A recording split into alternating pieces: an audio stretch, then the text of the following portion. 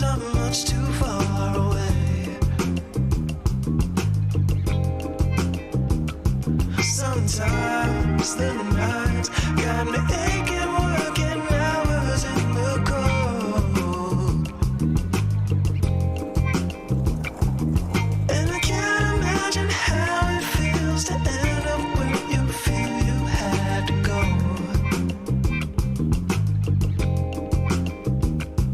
I've been lost, starving, praying nothing else will go wrong.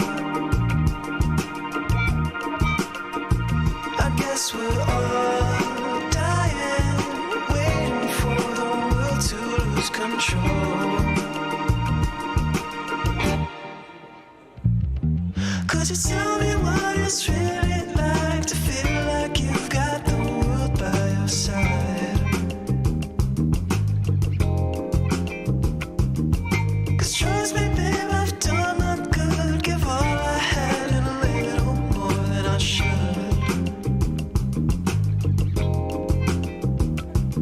Got the sense that I ain't made for much, 'cause what I feel is never understood.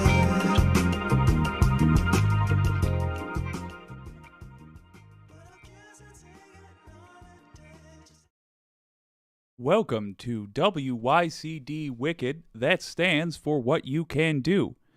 Well, it's your old pal Jake, and thank you so much for being patient with me while I took a hiatus from live streams. If you saw yesterday's release, I had a interview that I needed a ton of prep time for. That was concerning this the science of reading movement and the shocking misnomer that name has. It was something I was totally unaware of before a couple of weeks ago, and it required a ton of catching up. If you're curious to know what that's all about, check out yesterday's video. It's our most recent video available.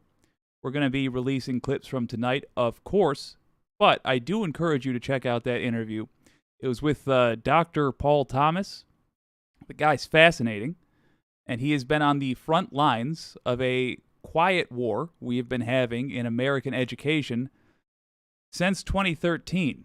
To give you a little preview of what the science of reading is all about, if you are familiar with the disaster that was No Child Left Behind, this is the new and somehow worse version of that. But on to today's events. We've got Beau of the Fifth Column talking about a arms jog with China. We've got Midas Touch talking about traitors at CPAC telling their traitor stories.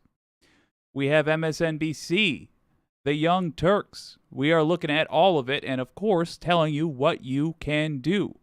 It's great to be back. I'm glad to be here with a live audience again.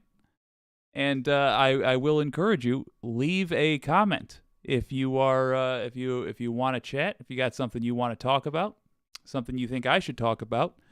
Leave a comment. That is one of the fun aspects of doing live streams for me, is getting to interact with you. Let's get it started proper. Let's go to Beau of the Fifth Column. As you well know,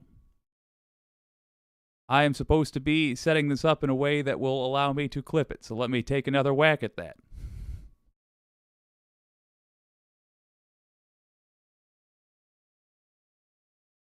As you well know, Beau of the Fifth Column has been a great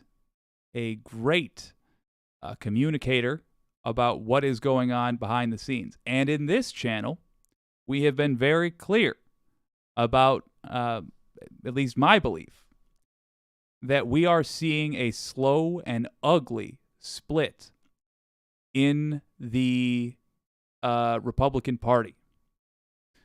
Let me show you what I'm talking about.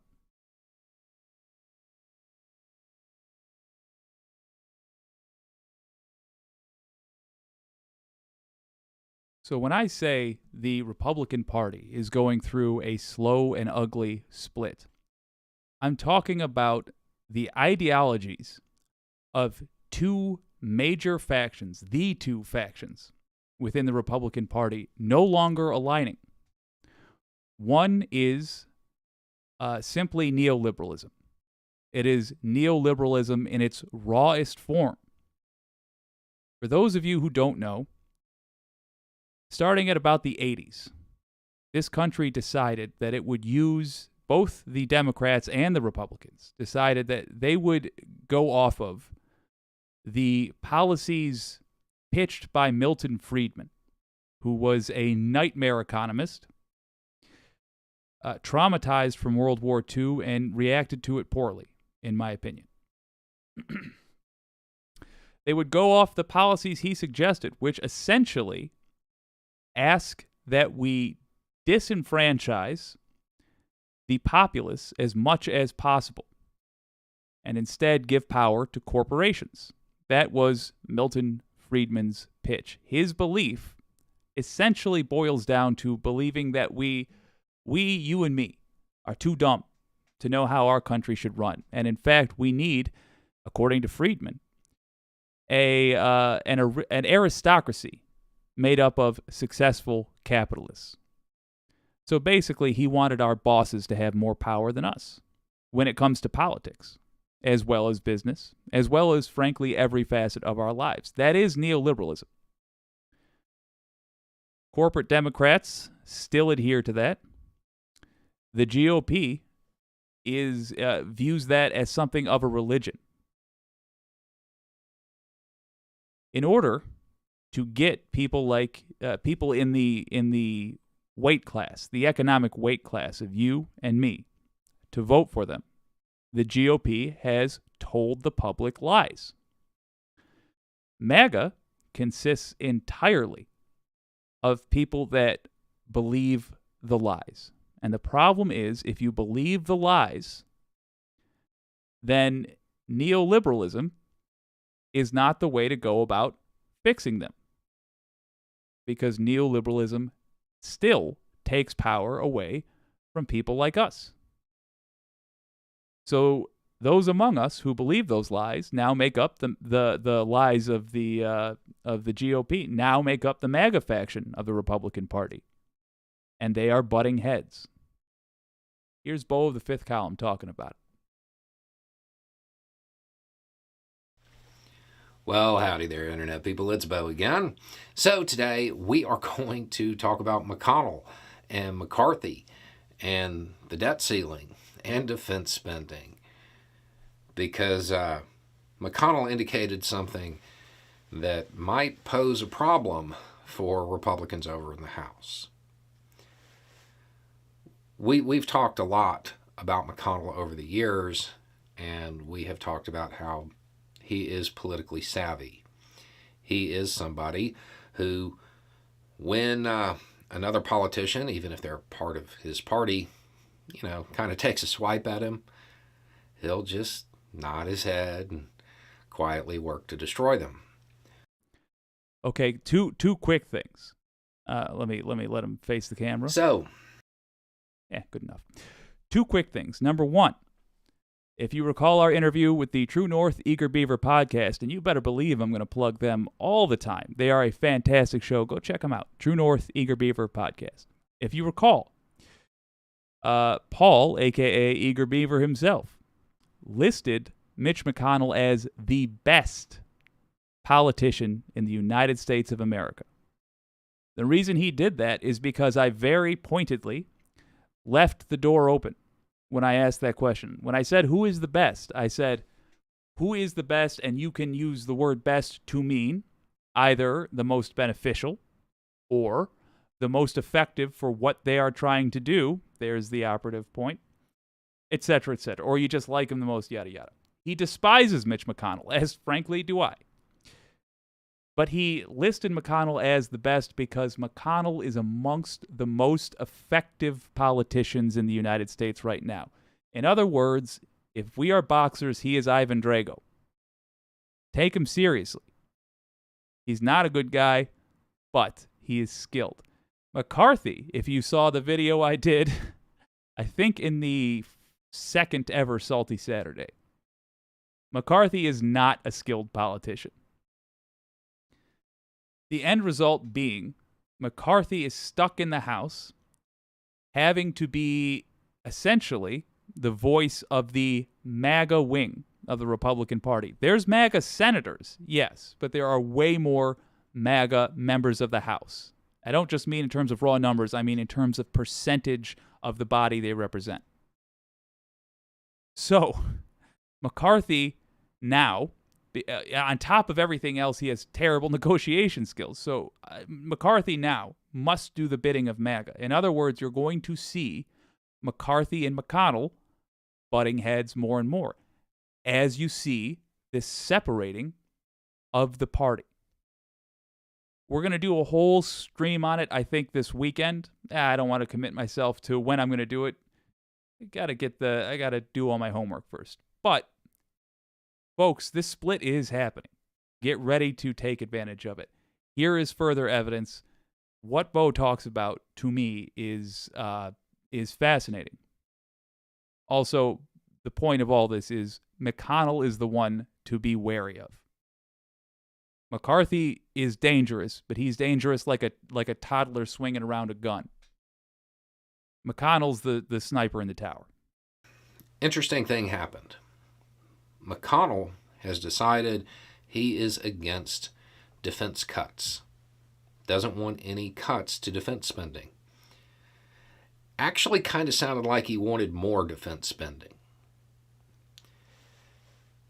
Republicans in the House want to cut the budget, at least somewhat, and they need big numbers to make it seem like they did anything. Okay. He does not talk about why this is. It is important to understand the ideology of the bad guys. So I'm going to tell you why this is. Why do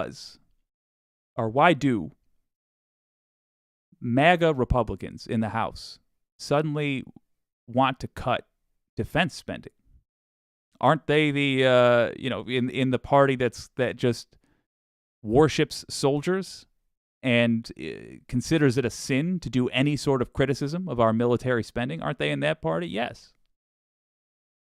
MAGA is also the most vulnerable to Russian propaganda. MAGA does not give a damn, I don't know how much I can swear on these without getting demonetized, about American interests. I would not be surprised to find out that there are MAGA members of the House, any Republican, currently getting under the table, not just legally under the table, but in fact illegal under the table bribes from Russia, knowingly so. I wouldn't be surprised, is all I'm saying. If you want an example of what I'm talking about, look at George Santos, who is not, in my opinion, the most prolific liar. He's just the worst liar. Currently in the House of Representatives. Currently, maybe in politics. He's a terrible liar. He's bad at it. He got, we know of, $28,000 for his campaign, donated from a Russian oligarch. Right around the time he gets that donation, he starts talking about how we should not be supporting Ukraine. So, why would MAGA be okay with us cutting defense spending? Yeah. They're helping Russia invade another country. That's what some of our members of the House are doing. They know that's what they're doing. And they don't give a damn that it is both against American interests to allow Russia to do this and against decency to allow Russia to do this. They do not care. They're villains, folks. But McConnell ain't a good guy either. Let's see how he gets it wrong. Biden goaded them into booing the idea of cutting Social Security, Medicare, stuff like that. The only other place that they could realistically get big numbers easily is defense spending. McConnell has basically just said that he doesn't want that. He doesn't want defense cuts. He's in the Senate. Let's be honest. He is the Senate, at least the Republican side of the aisle. If he's not in favor of defense cuts, they're probably not going to happen, because anything the House does has to go through the Senate. Maybe McCarthy shouldn't have taken a shot at McConnell like right as soon as he had to go through all those votes. Probably wasn't a good idea. Now, that leaves House Republicans in a very unique situation where if they actually want to get any real cuts as far as the debt ceiling thing goes and try to tie it together, they're going to have to work for it. They're going to have to actually go into the budget and try to find programs that can realistically be cut without upsetting their base. It might be harder than they're imagining. So all of that is the funny stuff. Okay. Now the not so funny stuff.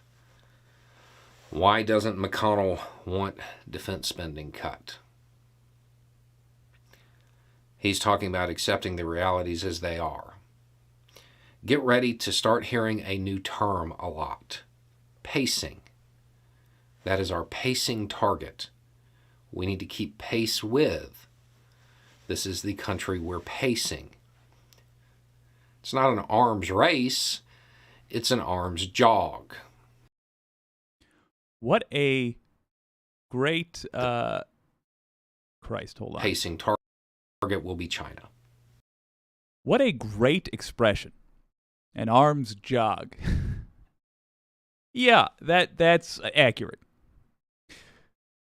To clue you in, corporate Democrats and GOP, aka old school Republicans, they're both neoliberals. Some might use the phrase neocon, I suppose, in one of their cases. But no, they're both, they believe in neoliberalism. They are bought by slightly different corporations. The Venn diagram overlaps a lot. They both bow down to fossil fuel industries. They both bow down to the pharmaceutical industry. If you want to know why right now Americans have the worst health care out of the top 11 countries studied, of which the list had to be expanded to include America. If you want to know why, it's because both major political parties are in the pockets of the pharmaceutical industry. However, Republicans are more in the pockets of, God, I can't believe I've become this guy, but it's true, of the military-industrial complex. They get simply more donations from the people that make killing tools.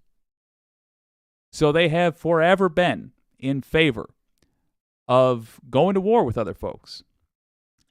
Why does it break out that way? Because their base is more cruel. They care less about killing unjustly. Whereas the Democrats not so much. So Mitch McConnell will never go against them. He can't. He knows that is one of the dwindling advantages the GOP has is their funding by these monsters. So yeah, he is not only going to resist cuts, as Beau says, he is going to be pushing for more money to go to that. To give you a sense of how much money, I think, 1/3 of our budget? 1/3 goes to, I have to look up the exact number, a tremendous amount, trillions and trillions of dollars, goes to supporting our oversaturated military. We have way too much stuff. Our military is like a teenager with a credit card and no parents for the weekend. Just purchases, stuff they don't need, stuff they're not even sure what it does. Just filling up the bases with nonsense. The excuse will be China hawkery. I actually have a suggestion for dealing with China on a number of levels, including being in direct competition with China, being at odds with China. But doesn't involve putting a bullet in a gun, nor should it have to, because this is the 21st century. We have more effective, more civilized ways of dealing with things. But this is Beau of the mother effing fifth column, so I'm going to let the man finish.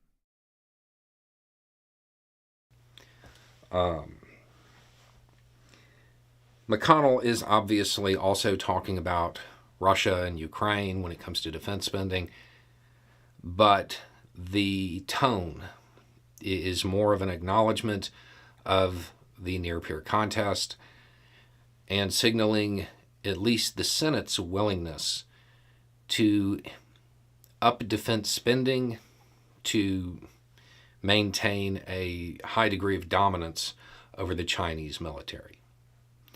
So they will keep pace with them. Can't allow there to be a mineshaft gap and all of that stuff. It's how quickly it happened. So that part's not so funny. That's not good news, to be honest.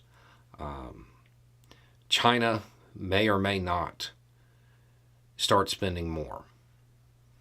Given the tone and rhetoric that we're hearing, if China starts spending more, the United States will start spending more. And we will be in an arms jog. Anyway, it's just a thought. Y'all have a good day.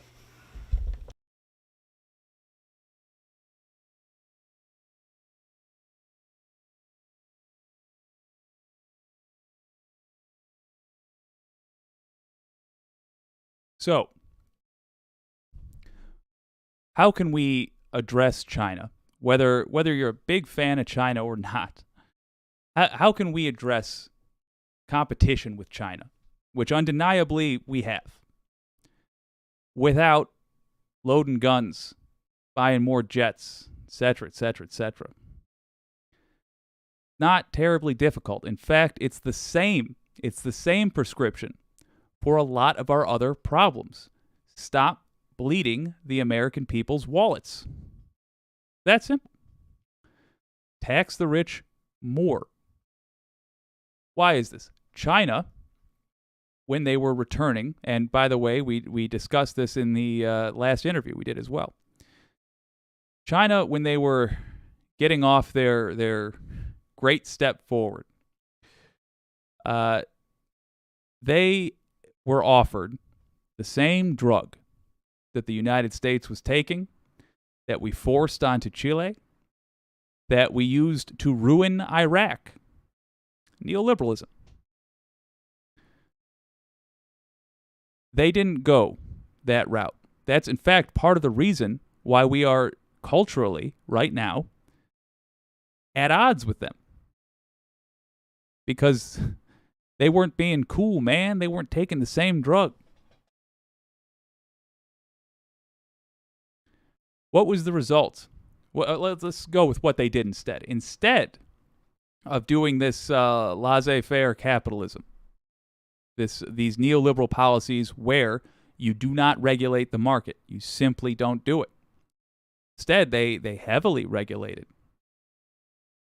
Instead, they had domestic manufacturing and lots of tariffs, and as a result, just about everything in your house is stamped with Made in China.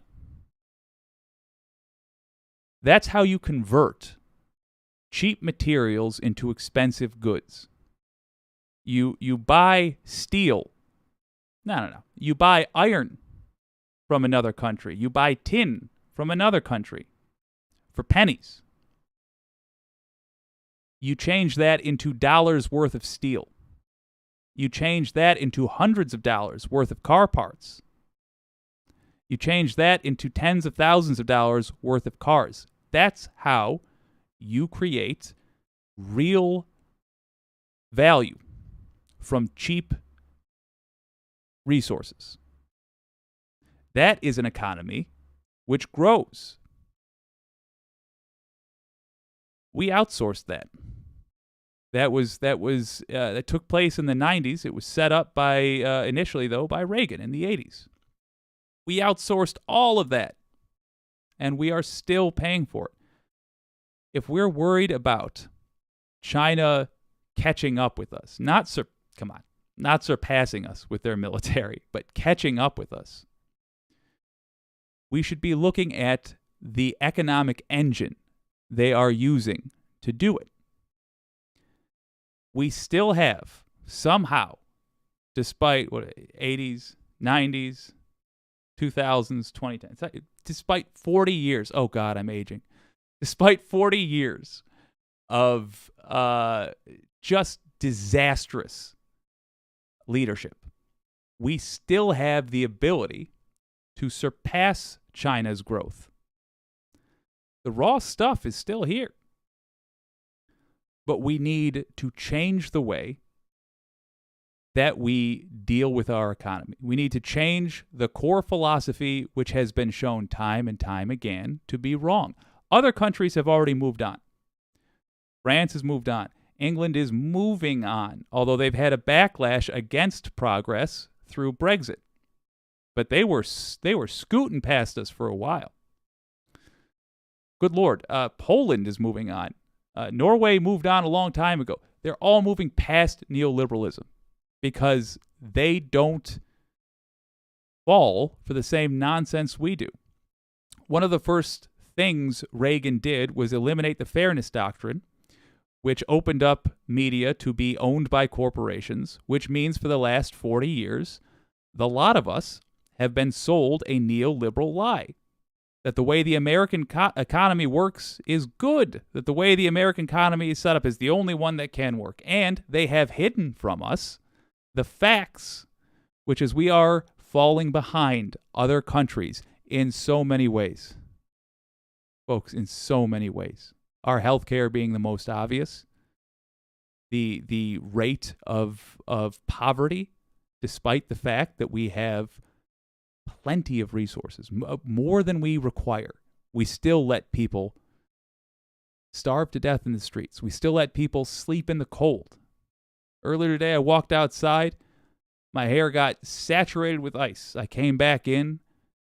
There was an icicle on what little locks I have remaining. There was an actual icicle. Someone's going to sleep in that tonight because we don't deal with neoliberalism. If you actually want to take a piece out of China, if you actually think, ooh, I don't like the way they're eyeballing Taiwan, okay. Make the American economy a powerhouse again. Yeah. It's doable. It's entirely doable. But it requires that we be critical of ourselves. I hope you'll consider it. The way to get this accomplished is pretty simple. Vote in primaries and vote as far left as you can. MAGA doesn't know what to do with themselves. They are Russian pawns. We just saw Matt Gaetz reading, what was he? He read a piece of Chinese propaganda on the House floor, the fool. Well, it's not much behind the scenes. They at least know it's propaganda and they take pay for it. MAGA's not going to be of any use, even though they're against the oligarchy. In this, they're not of any use. If you don't want the GOP because they are neoliberal through and through. You don't want corporate Democrats because they will do what they always do, which is make sure they are not fighting hard enough to actually get change accomplished. That's what they're paid to do. They're paid to throw the fight. Vote as far left as you can in the primaries. Make it so that if the Democratic Party wants to get votes passed, they are required to work with progressives and do progressive things. And actually, for once in their goddamn careers, for once, they are required to be progressive and not just say they are. Give it a thought. I think you're going to like how it goes.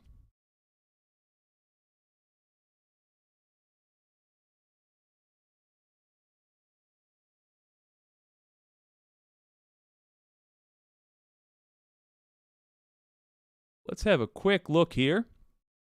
Folks, I just want to say, I'm delighted to be back. I'm not sure if you caught the beginning of the stream. If you didn't, I thank you very much for having the patience to deal with your old pal Jake while he did some studying. I had to study for that last interview. It was about a topic I had no idea was a problem, but it's a problem. I encourage you to watch it. It is called How Sold a Story Sold Us a Story. There's a threat to American education. You should check it out. But thank you for being patient while I took the necessary time to study up for that and skipped live streams. If you have any thoughts, by the way, about things you'd like me to cover, let me know in the comments, or just stuff you want to talk about during the stream. I would like to make the streams a little bit more chill, a little bit more back and forth, because I think that would be a good way to advertise this general channel by clipping chats with you, maybe just telling fun stories, etc. And I think it's important that we advertise this channel as much as possible so that we can get the message out there, which is, of course, what you can do about the problems going on in the world right now. Related note, I would love a like if you're feeling generous and a subscribe if you're new. I also really want to talk about Chris Hayes' most recent clip that I saw. It is a delight to see Chris Hayes talking about one of the issues of the day that I think shows us how we can take advantage of some of the dummies who are traitors to our country, including Fox and the corner they have painted themselves in. It's going to be a hoot. Give me a second to do another intro so I can record it.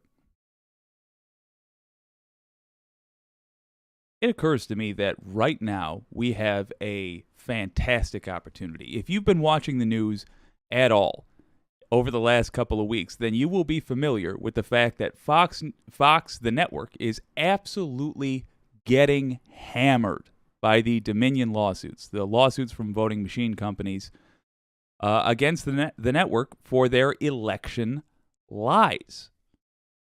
But this is an opportunity for us. Right now, we have the ability to talk to cultists without their cult leaders telling them what the official misinformation lie is. Oh boy. Let me first show you Chuck Schumer talking to Chris Hayes about this very topic, and then I'm going to tell you what you can do in this moment right now to take advantage of this, and I recommend you do. Let's have a look. Just yesterday, Senate Majority Leader Chuck Schumer sent a letter to Fox executives demanding the network stop spreading lies about the 2020 election and issue a retraction on air. And Senator Chuck Schumer joins me now. You know, I think, Senator, my basic assumption about the level of cynicism at that news, or at that organization, I shouldn't call it news organization, is so intense that the notion of a retraction seems not likely. But it was interesting to me that you focused on that. Why? Well, let me say this first, Chris. I feel this passionate. You know, our democracy has been at greater risk than it has ever been. And probably the number one reason is that people are losing faith in the veracity, the reliability of our elections. You know, elections are at the wellspring of our democracy. That was the core of what the founding fathers set up. And until recently, you'd line up at the polling place on a cold November night, you'd go in the poll, do your duty, and the next day everyone would abide by the results, even if people didn't like them. Remember Bush v. Gore. But what's happened now is an amazing third of all Americans, 2/3 of Republicans, believe the big lie that the election was not on the level, that it was fixed. So just to set the stage here, bear in mind, 1/3 of America believes in election lies. Folks, you're worried about a fascist takeover. You should be. Have a look at how much support fascist parties had before they had a successful coup. Is this 1/3 of our military or more, do you think? Is this 1/3 of our police force or more, do you think, based on the culture of those organizations? We need to pull people out of the Fox News rabbit hole, but here is our opportunity. Let's let them keep going. If that happens, I worry about our democracy. I worry, this has been a great country. My father was an exterminator. I'm majority leader. But I worry whether my kids, and particularly my little grandson, 4 years old, and my other grandchildren are going to live in this democracy. Well, what caused this? Above all, it was Fox News and their lack of fidelity to the truth of their spreading of the big lie, it seems now for mercenary reasons. But Fox News is the perpetrator of this. And all of a sudden, we get this real break because they're pretty impervious to all of these criticisms. But because of the Dominion Court case, we saw that even these people like Tucker Carlson, like Laura Ingraham, knew they were lies, but still spread them. But now the leader, the chief cook and bottle washer, the formulator of this awful organization, Fox News, that spread lies, Rupert Murdoch, is caught in deposition saying that he knew they were lies. He knew that they shouldn't have gone on, and he regrets it. Well, regret is not enough. So Leader Jeffries and I sent him a letter saying, now you got to go the next step if you regret it. You've got to tell the Tucker Carlsons, you've got to tell the Ingrahams and all the others to first admit they were lies and start telling the truth. All right, opportunity number one. Prep your crazy uncle or whoever it is in your community that watches this crap. Prep them for what they may be forced to hear. In fact, try to get them to help you get Fox to print a retraction. It's not that I think you're going to be successful in convincing them to talk to Fox. It's that it is an excuse for you to talk to your crazy uncle, for you to talk to whatever wackadoo has fallen for this Fox News nonsense. And by the way, they are only wackadoo because of Fox News and the misinformation they've been fed. If you want them to be a sane human being again, talk to them about this. Chuck Schumer is suggesting that the public pressure Fox along with him to print a retraction. If you go to your the person in your community, the cultist you may love or may simply feel a duty to deal with, you go to them and say, hey, are you considering asking Fox to print a retraction? They're going to have only watched Fox, which means it's entirely possible to say, a retraction about what? Oh, well, this here. They admitted in court that they didn't believe any of the election lies. What's the cultist going to say? That's just Fox bowing to pressure. Follow it up with things that hurt. Be like, well, the retraction would probably include some of the stuff they said about you guys. They said they thought you were liars. Did you hear that? That Sean Hannity thinks that the audience of Fox is idiots? Did you hear what Rupert Murdoch said about the audience of Fox? Ask him those questions. We need to undermine the audience's faith in Fox News. We're going to go into more detail in a moment. Will he go along? We don't know. We haven't heard from him yet. And, if he doesn't, we'll have to see what else we can do. But to let this go unanswered when it is blatant, but it's not just blatant, and it's not just a typical mistruth. This lie is the worst lie that has been told in the history of our democracy, as long as I can tell, because it's eroding faith in the whole enterprise. So I feel a moral obligation. I feel this deeply, not really politically, but personally as an American, that we have to do everything we can. And maybe Murdoch will respond, maybe he won't. And as I said, if he doesn't, we'll have to see where we go from there.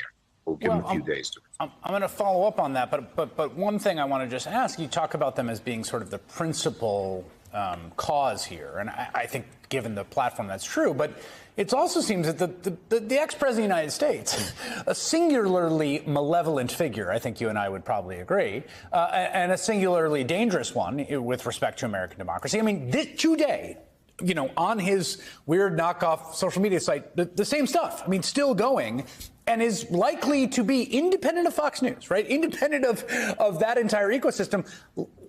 Is the front runner for the nomination of one of our two parties in this great country that you love so much.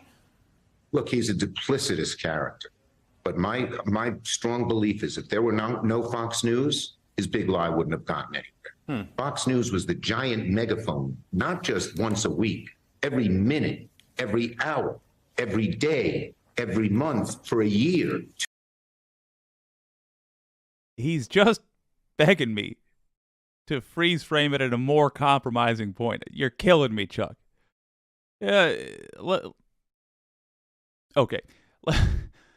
Let me just be clear about one criticism I will always have of Chuck Schumer, which is he is a terrible, terrible communicator.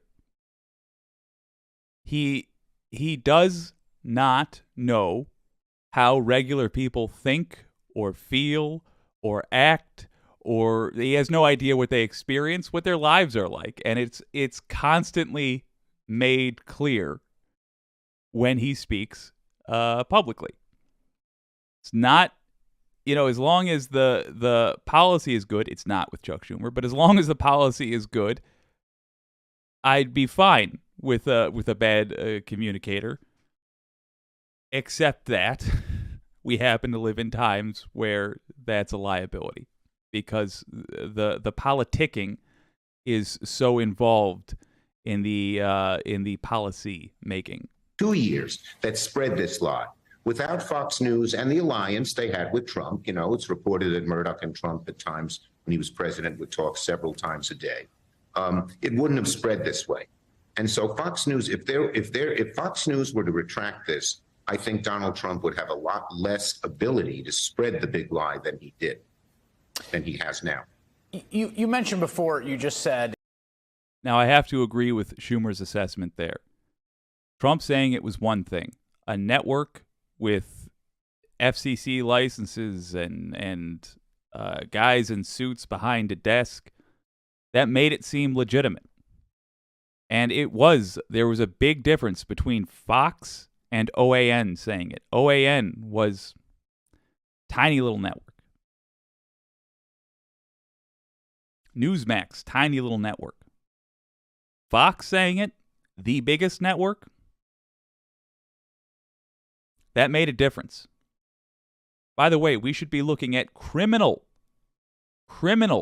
liability. Because they lied. Now we know they were lying. They admitted that they knew they were lying. They admitted it. Do they bear responsibility for those deaths on January 7th? We should find out the same thing about COVID misinformations. 1 million Americans died. This should be settled in a court of law in a criminal trial. Their criminal responsibility for the deaths of Americans. They caused them. We should deal with that. First, though, let's weaken this monster by taking away a big chunk of their audience. We're going to go into that at the end. We'll wait for a response and we'll see what we can do. Obviously, and I feel this myself firmly and morally that Fox News is protected by the First Amendment.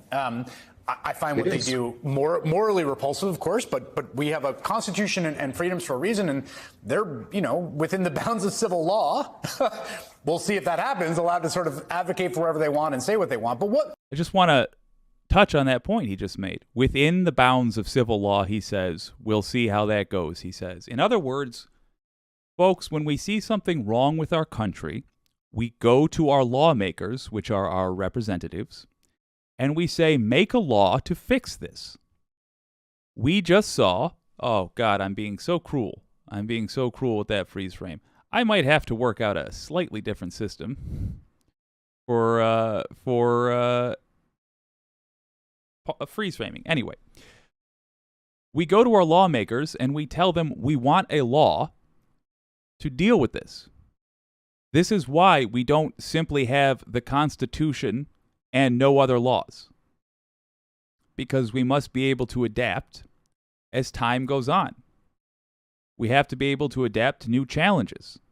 That includes disinformation networks, such as Fox News. There must be criminal liability for the behavior they have displayed.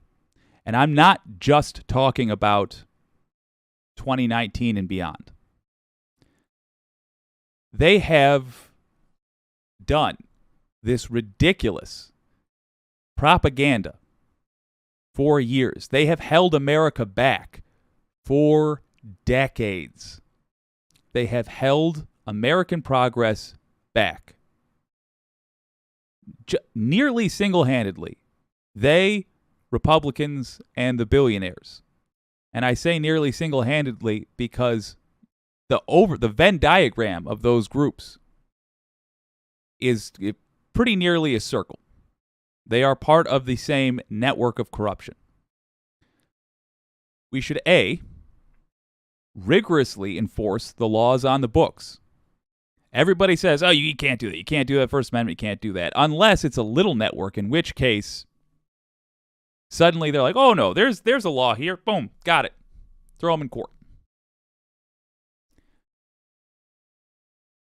They tell you it's impossible until it's happening. Then they explain to you why it works. We should enforce the laws that are on the books. But if it is true that no such law exists to criminally prosecute Fox for its lying, then we should make one. Again, this is farther down the line. First up, we have to weaken this monster, and I will tell you how to do that at the end. But we should bear in mind that there must be criminal consequences, as in Tucker Carlson in handcuffs, Tucker Carlson in leg cuffs, swinging a pickaxe in the chain gang. If we allow chain gangs to exist in this country, then he must be on one, because he got Americans killed. Make the laws if they don't exist, folks. Advocate for whatever they want and say what they want. But what would it mean? I mean, what are the tangible repercussions of this revelation for how other actors outside Fox act? Correct. Let me say a couple of things. First, of course, there's a First Amendment, and I can't order, even if I'd want to, Fox News not to say these things. However, there's criticism of the media happens every day. Sure does. Every politician or person says, I don't like what NBC did. I don't like what the New York Times did. I don't like what Newswatch did. I don't like any of that. So that's perfectly legitimate. Second, I would hope, this is beginning to gather more steam. It's picking up rather than falling off in terms of what people are paying attention to. I hope there'd be a deluge of people, all kinds of people, who would call on Murdoch to do what I'm doing. That would be the simplest and easiest way to get this done. Admittedly, it's no easy task. But if public sentiment built and built and built, we all know that Fox is most interested in money and its viewers, it might have some effect. So the first thing I would do right now is urge your listeners and listeners across the board to just deluge Fox News with retract, apologize, stop telling these lies. Because now it's clear you knew they were lies. Now it's clear, Fox News, that you even regretted what you're doing in terms of Rupert Murdoch and some of the others. Well, regret ain't enough. And you never know. My dad taught me, he passed away a year ago. My dad taught me something. He said, if something's very important to you, look in your heart, make sure you're right. I'm sure I'm right in this case. And then persist and persist and persist. And if you don't give up somehow or other, as he said, God will make sure you succeed. I am going to persist at this. Got to give credit to Chuck Schumer's dad, Schumer Sr. here. That is such a good motto to keep in mind, I suppose. That is such a good lesson to keep in mind. If you are right, search your heart and make sure you're right. And if that is the case, then persist, persist, persist. Yeah. That first step is so important. Search your heart. Think about Fox News. Set aside all the prep work done by the oligarchy which currently rules us, which set up the double standards between the major networks and the little guys. And I'm not talking about me here. I think you might even consider what I do to be separate from these major networks in terms of the goal, not just the scale. The goal here is to organize. I'm talking about the ma and pa news stations. Did you know that used to be a thing? In the 90s it was. In the 90s, most local news stations were owned by local millionaires. Now, it still sounds like a rich man telling you what to do. To some degrees it is, but there is a difference. In fact, there is as much a difference between you and a millionaire as there is between a millionaire and a billionaire. In terms of power, absolutely. So, now they are owned by a handful of billionaires. And the conduct of these local news stations, it got so corporate friendly. It got so corporate friendly. Who would have guessed that would happen? That is in part because the fairness doctrine was taken away by Reagan, and that is in part because of Bill Clinton's actions in office in the 90s, as well as some work by George H.W. Bush. But no. Clinton, not a good guy either. Neoliberal fanatic, like the rest of these punks. So, search your heart. Is that the way things ought to be? Is what Fox News is doing right? Should we make a rule to say you can't do what Fox News is doing? They will tell you constantly, but think about how that would affect the local papers. Think about, no. We can make this law specific, but we need to make laws about it. Search your heart. Ask yourself if you agree with the concept that a network like Fox News, which does nothing but propaganda for one political party and lies to accomplish that, should they be allowed to exist? I say no. But we don't have to legislate. In fact, we can handle this on a local level, and it requires you. Let's talk about that. So what's the opportunity here? What has changed so much? Is it that Fox News is going to have to pay billions to Dominion and other companies they lied about? No. Now, we do have a unique, they are in a unique amount of trouble because there are things to consider, such as the fact that the shareholders might revolt against Murdoch.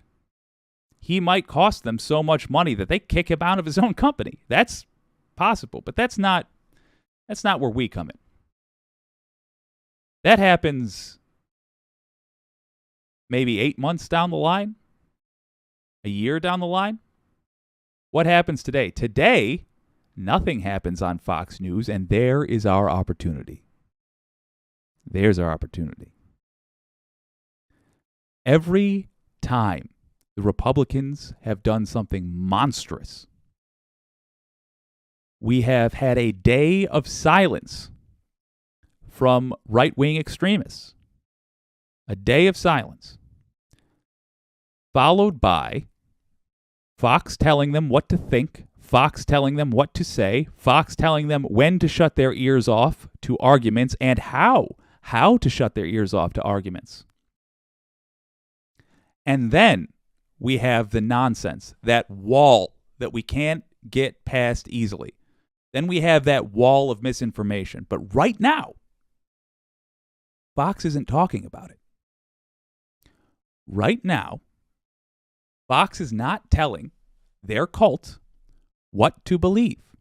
So their cult doesn't know what to believe. They don't think for themselves. They're not used to thinking for themselves. For the most part, they are not able to think for themselves because that ability has atrophied. We can pull them back. We can build those muscles up fast, Because if they're thinking for themselves, they're going to stop watching Fox News. You got to start by asking them questions you know they cannot answer. Now is the time to do it because they will not be able to turn to Fox. OAN, Newsmax, they are not talking about this. Why aren't they talking about this? Because they also don't want to. They did the same thing. They're going to be opening themselves up for a lawsuit. If Fox loses, you better believe Dominion's going after these other networks next. In fact, regardless, Dominion's going after them next. These companies cannot run their misinformation on this. Use it. Go to Crazy Uncle Larry. Go to your coworker with the MAGA hat. God help you if that's the case. I'm sorry. But go to him or her. Ask them, did you hear? What do you think of?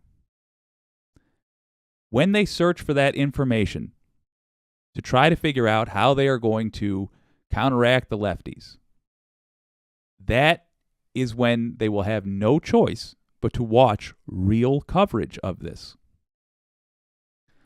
Talk to them and ask, for example, this question. Didn't you think it was a little bit insulting what Sean Hannity said about you? Didn't you think it was a little insulting what Tucker Carlson said about his viewers? I don't know, man. It was a surprise to me to see them talk about the Fox News viewers that way. Did you hear that Tucker Carlson never believed in the election conspiracy theories? In fact, you don't even have to phrase it like that. Just say, did you hear that Tucker Carlson never believed that there was anything wrong with the election? Ask them these questions. And if they ask you for more details, have a clip ready to show them. Link in the description to what I just showed you down below. This is a golden opportunity to ask them questions we know they cannot answer without looking at other media. Take advantage of that. Find your favorite clip. I'll include in the link in the description something the clip I just showed you, perhaps another, that is a great summary of the Fox News debacle. But pick one that doesn't do a bunch of name calling like I do. I'm designed to reach, or this channel is designed to reach a specific audience, and from our analytics, we're getting it. I love it. It's perfect. But doesn't necessarily mean this channel is the best one to show them. At least not at first. Fun fact, the way this is designed is I'm calling it an eggshell defense. Got a strong resistance against MAGA folks coming in. I say things that are going to inflame MAGA folks, and I do it intentionally. Partially because I believe it. But also, the reason I'm choosing to voice my belief in this case is that, as opposed to my feelings on which is the best pasta, is that I'm trying to only attract people who are ready to hear constructive messages. That means I'm not trying to attract a bunch of people that are just going to recycle QAnon conspiracy, so I've got to spend however much time dealing with that in the comments, and you're bothered by that, and blah, blah, blah, blah, blah, blah, blah. No. But right-wingers who are willing to hear the other side are more likely, not guaranteed, but are more likely to get past the stuff that inflames them, the me saying cultist and yada, yada, yada. That means that we're not wasting our time talking to them at that point.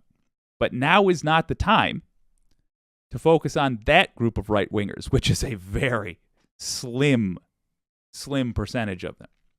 No, now is the time to talk to the people who are most indoctrinated, because their indoctrination gets undone by eliminating their source of misinformation.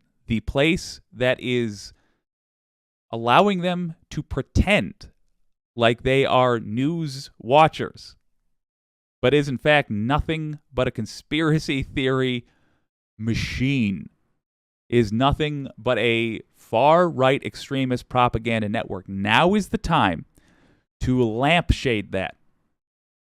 Ask them questions you know Fox is not willing to answer. And then, if they do get to a point where, say, by a court order, for example, they are forced, in order to keep their licenses, they're forced to issue a retraction on the lies they told, their audience will already be prepped for hearing it. Their audience will already be prepped for the little bit of spin they're going to put on it. Their audience needs to be reached. We have to do it. To start, we have to do it on a person-by-person basis. So you don't worry about the whole X many million, over 100 million, good God, people that believe this. You worry about the people whose first name you know. And just ask them the question, did you hear what Tucker Carlson said about you? Did you hear how Rupert Murdoch described the people who watch his channel? Just ask them if they've heard the news. I think you're going to like how that goes.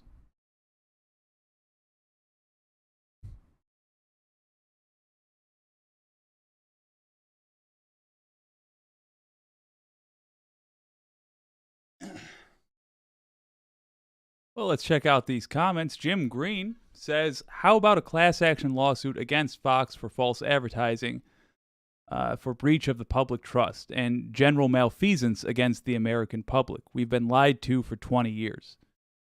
On its face, not a bad idea. On its face, I see the point you're making.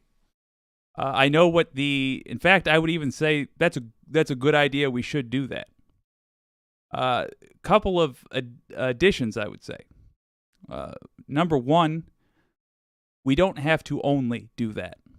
There's no reason we have to restrict any of the attacks we would use against these folks. We should use them all. So yeah, a class action lawsuit is a good idea. I know what people will tell you to try to discourage you from doing that. They will tell you, oh, you're not going to have standing. They'll tell you, you can't prove that it actually affected you. And if you get together a group, a large group enough to have a class action lawsuit that can prove that they were directly affected by Fox, say people whose family members now believe in conspiracy theories, then they're going to say, well, you can't prove that was Fox, and so you shouldn't try. Even the attempt, Jim, even the attempt is worthwhile, because the attempt will also make headlines. The attempt will show that people are fighting back against Fox. That's important, and I think that's a good idea. However, the one thing I don't like about stopping at that and calling that all we're going to do is that, once again, that's a civil action. Do we think this behavior should be permitted in our society? There's the question.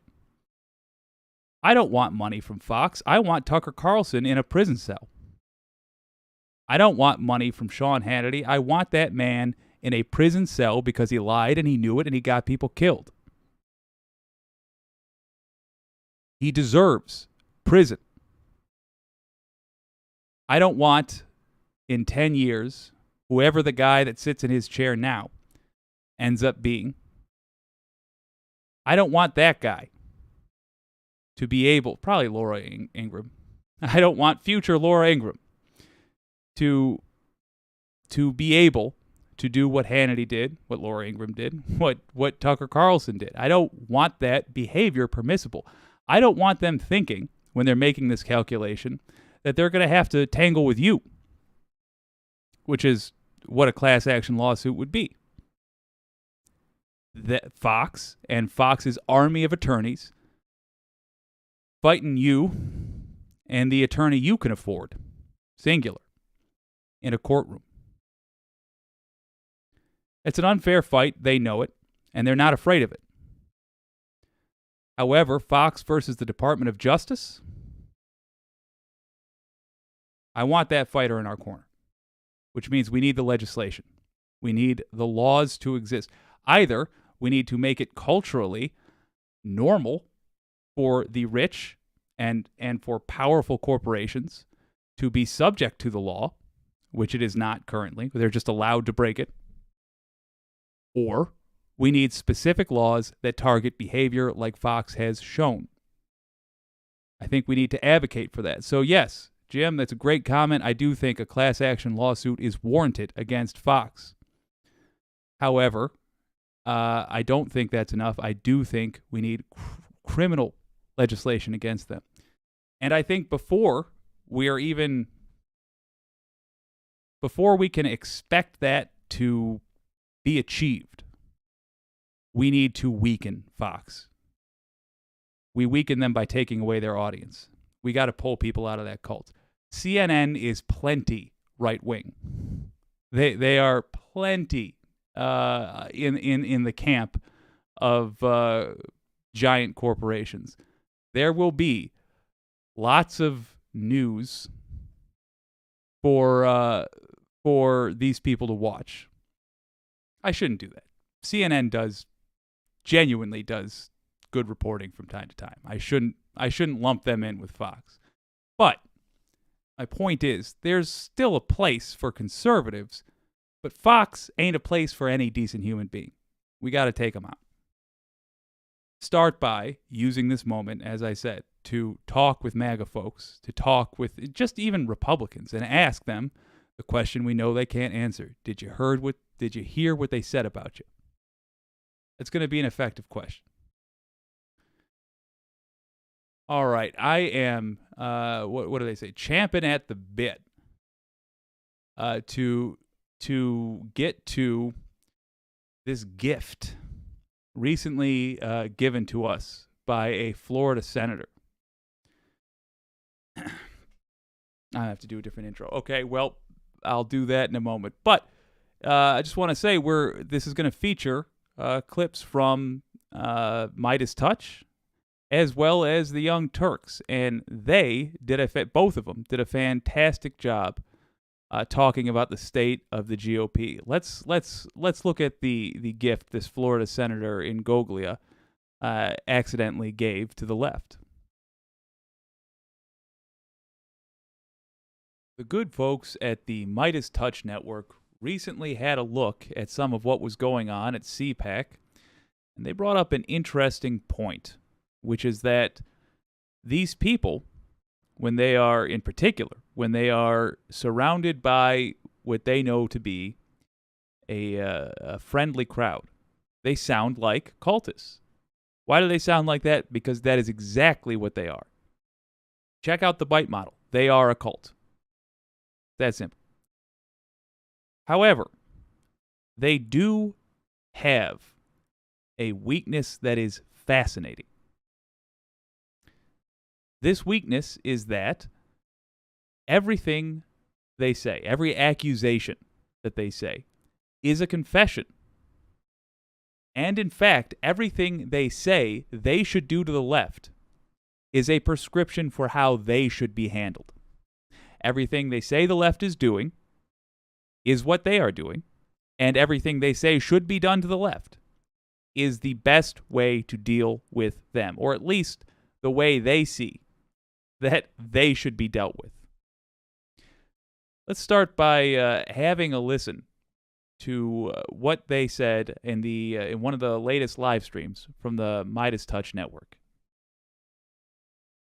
They see the comment and they're like, oh, we need to engage in these acts. And so what you see at Cult Pack is the cult performance. Like if you remove for a second that this is ritual. A political party, right? And just assume that this is going on in Jonestown, right?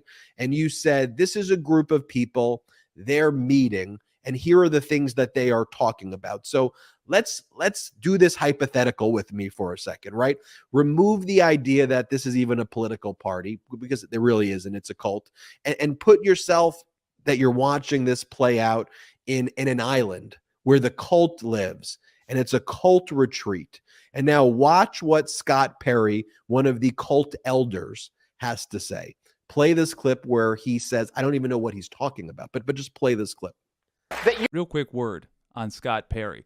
Scott Perry seems to have been involved in the insurrection. Scott Perry should be in prison right now. If this was a lawful country, Scott Perry would be in prison right now.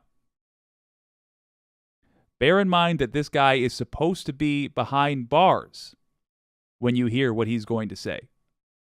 He shouldn't be able to say it, at least not to that crowd, at least not without a video call, because he should be currently located in a jail cell for insurrection, for being a traitor to the country. But do bear in mind as well the context that this is a cult, as Ben Meiselas just said. Listen to how it sounds. You can't buy a gas stove, but that you must buy an electric vehicle. That you can't go to work, but you must put some experimental potion in your arm and then keep showing up to do that, to visit your church or worship. Our personal sovereignty is what this nation was built on, and it's the foundation. It is under assault by every single facet of the government, and as Ralph has said, we are going to create a firestorm. Look, if it's up to me, there's going to be a firestorm. These leftists, these Marxists that have prevailed upon the American people and used the awesome power of the federal government to cow us into fear in our homes, they've got to be put on notice. They've got to be quaking in fear. They've got to be worried. They've got to be losing weight because they're not eating, because they're worried that they're going to end up going to jail for using the awesome power of the federal government. And if they're not interested in showing up in Mr. Jordan's hearing, you know what? I'm in charge now in the Transportation Committee of Federal Leases.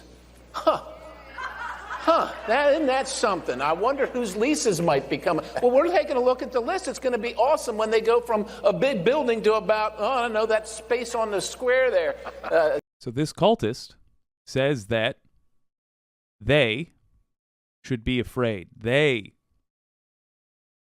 should be under assault from the awesome power of the federal government. He says they, as in the left, as in what he calls the left, what the rest of us call sane Americans, people who are outside of their cult. What they should be afraid of is the federal government. He says he's going to use his authority to attack them any way he can. Folks, it's a prescription. We need to be pushing for our leaders, sane leaders, to use any means necessary to deal with these people, because they are traitors. They're laughing, they're in suits, they're on a fancy-looking stage. That doesn't mean they aren't a danger to our country. In fact, they are an existential threat to our country, and they must be dealt with by any means necessary. Now, to a lefty, that means actually getting involved in the government. That means actually using whatever tools we can to get them. And that means pressuring, of course, the Department of Justice, our corrupt Department of Justice, to prosecute them. And as we are waiting for that, we must also use every lever of power we have to shut them down in every way we can. His ass should be in prison, yes. And his power should be curbed as much as possible, leading up to that. Encourage fight in your representatives. Encourage them to be as belligerent to these cultists as the cultists are to everyone else. because we require it. But that is the firmness we must use to deal with them. They're not just using hyperbole either. Let me show you the kind of things they are doing at the state level, the way they are willing to use power to attack the left. Let me show you.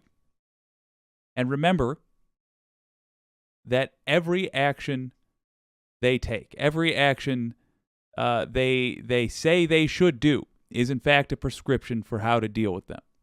Check this out. Florida has been increasingly red in recent years and increasingly radical along with it. The Republicans have their favorite governor in Ron DeSantis, and they apparently feel so emboldened that they're pretty much done tolerating the Democratic Party. And I don't mean that in metaphoric terms. I mean that they're pushing to banish it. No more Democratic Party in Florida. This is wild. This is being pursued by Senator Blaise Ingoglia, Republican of Spring Hill, has this new bill, SB 1248. It doesn't mention the word Democrat or Democratic, but let's see if we can figure out how it's talking about them. It's the ultimate cancel act, according to him. It would decertify any political party that ever included a plank to support slavery in its platform, something the Democratic Party did between 1844 and 1864, which I imagine is a year or two ago. After this is passed, registered voters of that party would receive notices from the state that their party had been canceled and that they're now no party voters for the canceled Democratic Party. They could re-register as long as the name is substantially different from the name of any other party previously registered. So what you should understand is that. Hold on. So let's just take, and I know John Idarola is about to break it down. We'll get there in a second. Let's just take the prescription there. Let's read what they are saying right there and use it. They are saying that they must cancel the Democratic Party at the state level, because that's a state level rep saying, let's boot them out of the state. This is a person who is looking at his own party, this Blaise Ingoglia, whatever the hell. He's looking at his own party, and he is thinking, this is what they should do to us because we're this bad. He is saying, because of the Democratic stance on slavery back in the 1860s, because of that, and following the 1860s, Democrats were evil. Because of that, they should be booted out.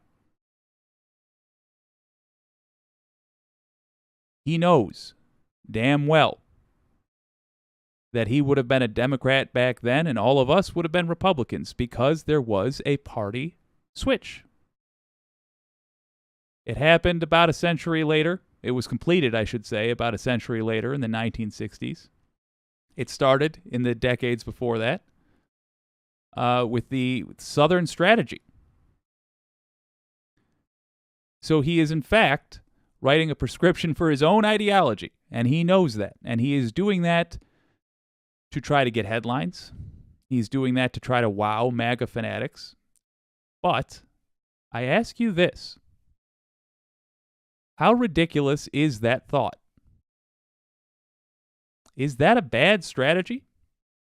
Banning an organization that is contrary to American beliefs. I don't mean American beliefs as in what the average American necessarily believes. I mean American beliefs as in the way we've agreed to set up our democracy. If you don't follow that path, if you're not playing by those rules, well, can you be a participant? We're going to go into that a little bit more because this man, I believe, has indeed given us a prescription for how he and his party should be dealt with. let's let them dig their own grave a little deeper. Blaise Ingoglia wants you to believe that this is him being clever or joking around. The issue is that it's not funny. He clearly supports the fascist destruction of his political opponents and thinks that this is a clever way to do it, just to destroy the Democratic Party outright, to make some sort of point about how Democrats are canceling too much. It's undercut a little bit by the fact that the Republican Party is going around Florida trying to find literally every book they can to set fire to. So that's sort of an issue, as well as pushing entire communities into the shadows. So if you want to make a clever point about cancellation, maybe look in the mirror there, Ingoglia. But anyway, we're gonna have more quotes from him. JR, what do you think about what they're trying to do? Well, this is the thing. He's going to be embarrassed when he discovers that, as he's pointing out, the Democratic Party in that time frame had that plank into their, in their party plans or agenda that included slavery, right? He's going to be really upset when he discovers that the current folks in his party also support those types of things. In fact, they support the things that came from it.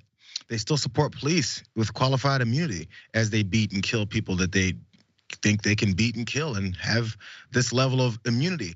So the prison systems and the way that we incarcerate people and our judicial system and the way it's biased against certain other folks, all born from that evil moment back in the day that he's trying to make sure is decertified from that party. So it's grown from there. So I would hope, in being the principled Republican that he is, that he'll continue to be against all the things that came from it. But first, he's gonna have to discover that those things did come from it, and that we have many systems in our society that are based off of those rules and those platforms from way back in the day. He's gonna be really upset when he has to discover the people that he's trying to decertify have grown into the people that he surrounded himself with. And after he looks in the mirror, he's gonna go, oh, it's me too. He knows this, his supporters know it, and it's the same ploy over and over and over again to act like, you know what the party did back in the day? Yeah. Who's supporting it now? What are your supporters saying about these types of debates and things now? When someone says Black Lives Matter, or when they say maybe you should stop murdering black folks indiscriminately and think you can get away with it. When people say those things, and then you, who was against the discrimination and enslavement of Black Americans here, are now saying that this is a problem. You're gonna have to be consistent, because I guess if we flesh this out, we'll see who you really are. 100%. Look, if you want to acknowledge that the Democrats 160 years ago did this, I think that's a great point. We should understand that history. You don't even have to go back 160 years to have issues with the racial politics of the Democratic Party. You don't have to go back a year. Let's have that conversation.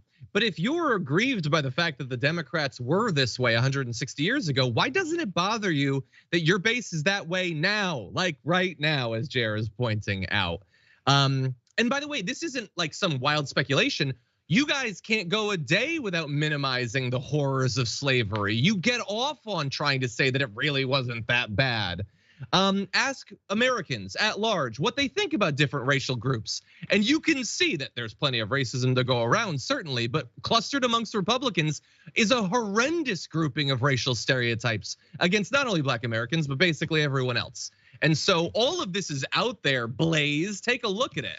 And by the way, I just want to respond to one of his comments. He says, for years now, leftist activists have been trying to cancel people and companies for things they've said or done in the past.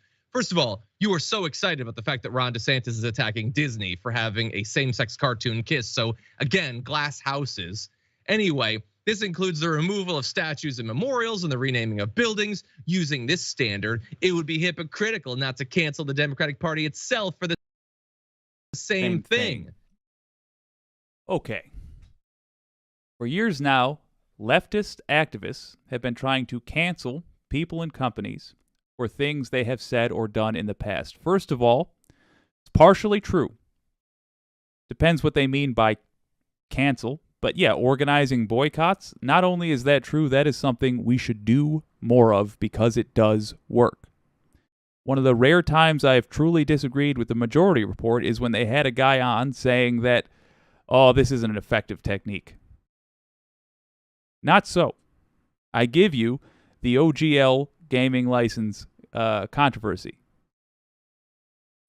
If you're unfamiliar, I've done a couple videos on that.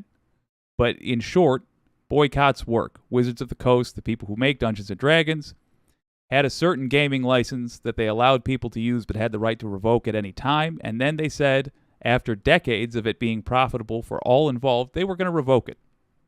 Because Hasbro bought Wizards of the Coast. Hasbro is a soulless corporation. They wanted more money. And as happens time and again with neoliberalism, they were short-sighted. And they wanted more money immediately. Never mind how beneficial the OGL was for decades and decades to Wizards of the Coast. There was a mass boycott and it worked. We should be doing more boycotts, organized boycotts. I would like this network in my dreams to be an organizer of specific boycotts. But in the meantime, do be on the lookout for organizations that are organizing boycotts and join them and be vocal about it. Okay. This includes the removal of statues and memorials. You're goddamn right. Statues to traitors, memorials to slave owners, get them out of here. They should be gone, and there is not enough demand for that.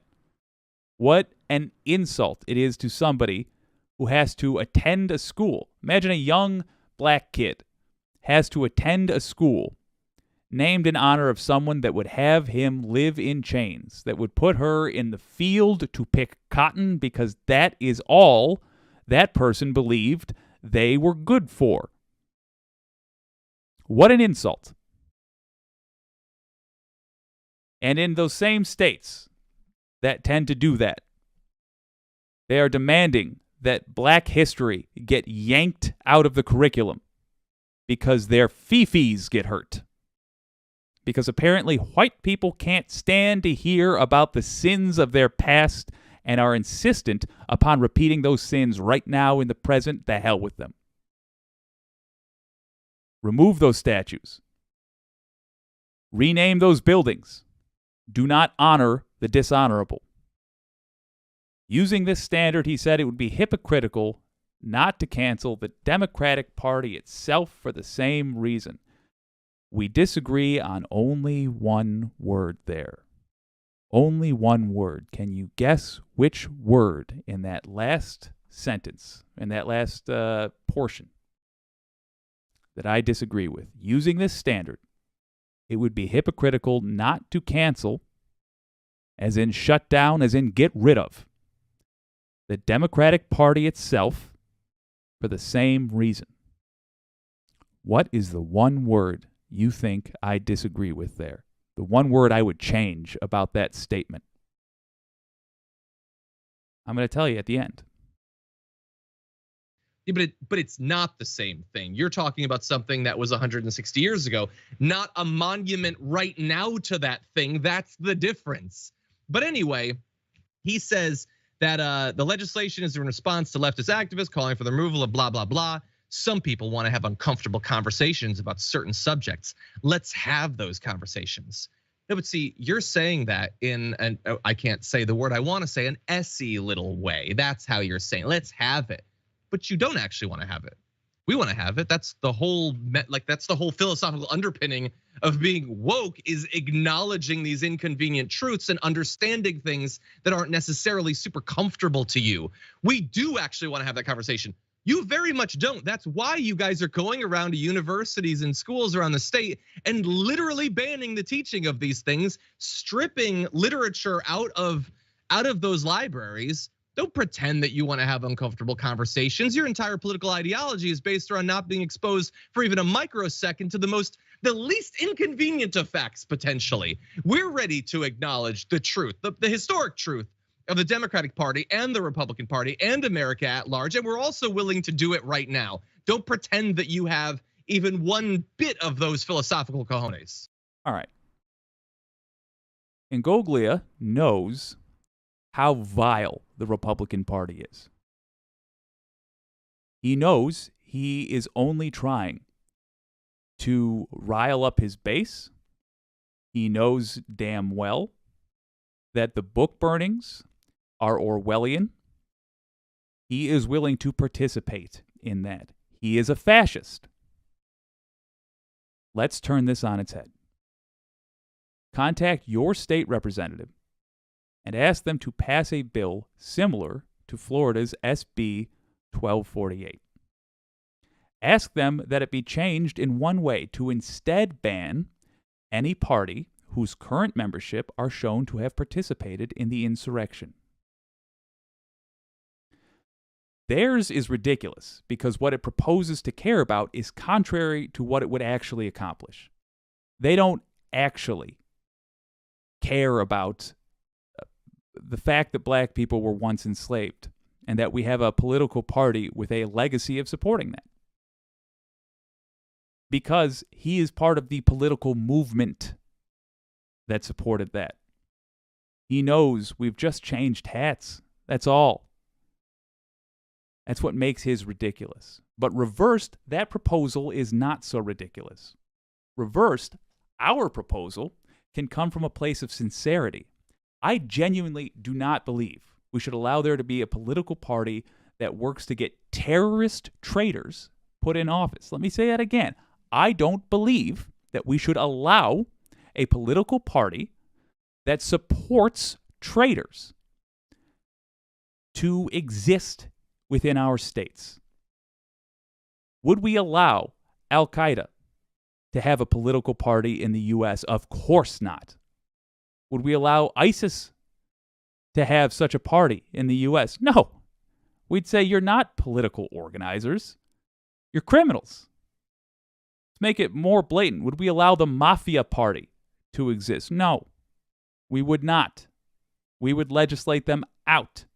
We can go easy on them. Include a 60-day window wherein the party may choose to remain on the ballot by expelling those members who participated in the insurrection. We have people from my state who ran for office, some of which who got into office, who were there, who were part of that 10,000 traitors that tried to stop the certification of an election in the United States. Some of them are in office.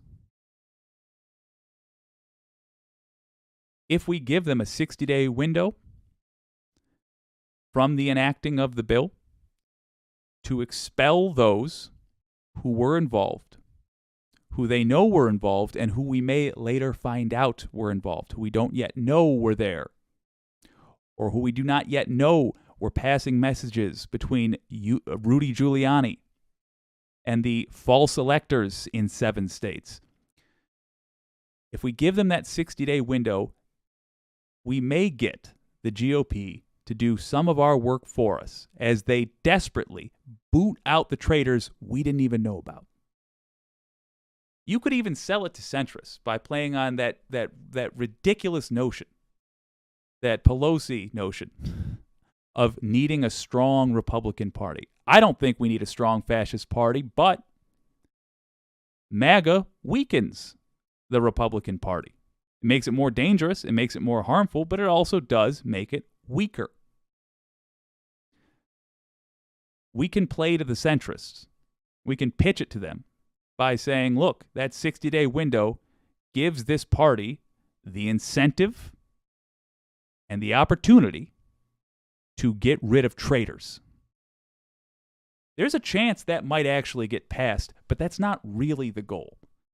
The goal is to get our legislators used to the idea of fighting mean.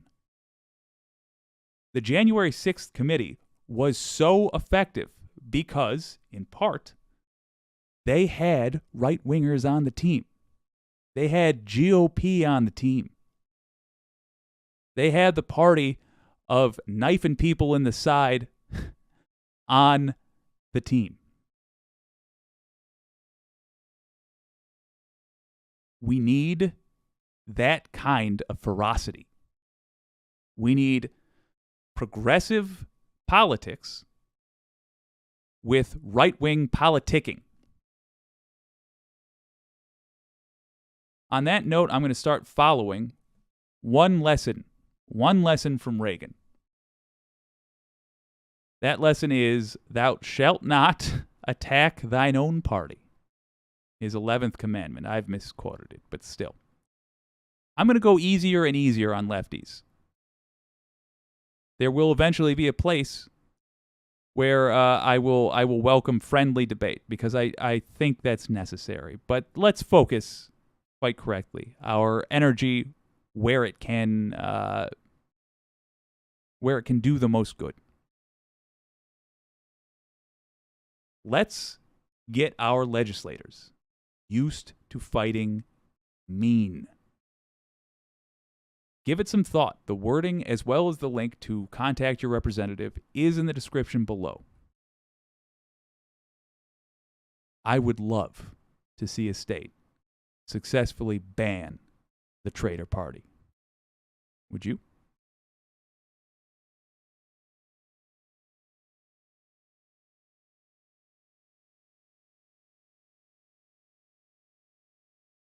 Well, let's have a look at some of those comments here. Oh, thank God, we do have the mic on. Jim Green. Excuse me. Zix1326. Aren't there enough lawsuits on there? It's been, 2 years now, and they've jailed a few grunts. Yeah. There definitely needs to be organized pressure on the Justice Department to get going. I heard a perspective that is favorable to Merrick Garland, which I'm going to talk about in a little bit more detail on stream. But even so, I still feel that we need to pressure the Justice Department, because the moment they think that we're going to stop looking, the moment they think our attention span has run out, they'll close the case and bury it. And as stated in that super long stream about listing all of Trump's crimes, I'll do an abridged version soon. As stated in that, this isn't a pen. As stated in that, the window to actually prosecute these crimes has closed on about half of them, and is closing this year on the next quarter, and will close by 2026 on most of the rest of it. They have already let Trump get away with crimes. They have already let MAGA get away with crimes. All of his accomplices in those crimes that have now passed the statute of limitations, there's nothing we can do about them.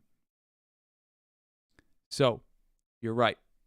It's been 2 years, and they've jailed a few grunts. That's an accurate assessment, Zix. But the remedy to it is to contact the DOJ and tell them you're watching and you have an expectation of immediate action. Jim Green says a win would deter the other players, though, in response to Zix. Unfortunately, money is king. Hit them where it hurts. Yes, sir. Yes, indeed. Punch them in the money bags. That is quite correct. I do think, though, that must be done alongside, not as a substitute to, but alongside criminal prosecution for this behavior. Because if this behavior is not criminal, then we need to make a law so it becomes criminal. Because we've seen it's simply unacceptable. Mars Falcon says, Rick Scott's corporation, oh, my man, yes, sir, defrauded over $1 billion from Medicaid and Medicare. Yes, he did. 0 people went to prison. Let me just read that again, because Mars Falcon nailed this. Rick Scott's corporation defrauded over $1 billion. He committed fraud, and that stole over $1 billion from the American people, from Medicaid and Medicare. 0 people went to prison, and as Mars Falcon sums it up, prison is for the poors. Yeah. That's completely correct. Well said. And we cannot accept this any longer. Mars Falcon, I will abuse my government, in quotes, I will abuse my government power to make sure they are terrified, cannot even eat, because they abuse government power, which I have 0 evidence of, but feel deeply. Scott Perry. Yes, sir. That is perfect paraphrasing. Jim Green says, nothing will change until the propagandists are silenced. Correct. Let's silence them. Let's go after Fox News hard. Remember that middle segment there. Ask. Now is the time. Ask people who you know watch Fox News, did you hear what Carlson said about you? Did you hear what Rupert Murdoch said about you? Did you hear what Sean Hannity thinks of you? Ask them that so they're inclined to look it up. We're not going to win in one stroke on this, but that is a hell of a stroke. That's going to get us a lot of the way there. Catherine Wolf, right on. Well, right on yourself, Catherine. Mars Falcon, amen. Disagreeing with other leftists on tactics or strategy. Hold them to account when they do something wrong, but always remember the right are the ones enacting the vile triage and prioritize, please. You're correct. Now, I do want to say, once upon a time, you could debate with somebody in a far off land called America 30 years ago. You could debate with someone and even passionately disagree with someone and still be working towards the same general goals. I want to bring that back. I want to do that in the form of debates with either lefties or people on who are more conservative, but operate in the realm of reality. I would point out, for example, and this is not a slam against the guy. I love the guy. I feature his work on here all the time so that hopefully more people will see him. But an example of somebody who is much more conservative than me, who I would love to debate, Michael Popok. It doesn't hurt that the guy's got a last name that I'm particularly tickled by. It's me mother's maiden name. Shouldn't say that on stream. Oh well. But there's no money to steal in my bank accounts. But yeah, I would love to debate with folks like that because I think that makes us stronger overall. Us being everybody listening, everybody participating, everybody who is reasonable enough to be in such a debate. And it gets us thinking. It sharpens our arguments. It makes us actually confident in what we're pursuing. It's like puppy fighting. You're not actually fighting for your life, but you're seeing where you stand if you had to. That, I think, is so important. But it's very difficult to do it in the same context that I'm doing these streams. Because these streams are largely critical and these streams are about organizing. And if you're doing an organizing stream where you're also criticizing lefties, it comes off as saying you shouldn't support the other lefties. And you're quite right. How did you put that? The right are the ones enacting the vile. Yes, that's it. And it's such a different category to the point where I feel it is either a crime or it should be a crime. Most of what the right-wingers are doing, yeah, it's got to be handled separately. You're just flat out correct. Mars Falcon, amen. Disagree with the other. Yep, there you. Oh, excuse me. There we go. Catherine Wolf says, preach it, Jake. I appreciate you, Catherine, and I appreciate all the comments you guys have left tonight. I appreciate the likes. By the way, if you haven't liked the stream, consider giving your old pal Jake a like. It sure helps grow the channel, which is what I very much want to do. I want to get this profitable so that I can pay my rent, but also profitable enough that we can take some real swings. And I want to get enough people here that we can take some organized action and deal major blows to these people. This channel is all about attacking the villains of the world creatively, using the power we have, using this beautiful internet to the advantage that I feel most people haven't yet. But it's right there on the table. Let's take it. To do that, we need a big crowd of people. So by all means, please like the stream, please subscribe to the stream, and please subscribe to the channel, and please tell folks about this. If you think this is a good channel, if you think that what we're doing here is productive, I hope that you will tell others about it. Invite them to come on by. Gotta say, looking through the comments, you guys are just the nicest community. I'm shocked that what do they call it? An old chunk of coal like me has been blessed, as they say, to have such a crew, and I hope it keeps going. So invite others in if you think they'd benefit from this. Invite them in. Tell them about your old pal Jake. This has been WYCD Wicked. That stands for What You Can Do. I'll see you next time.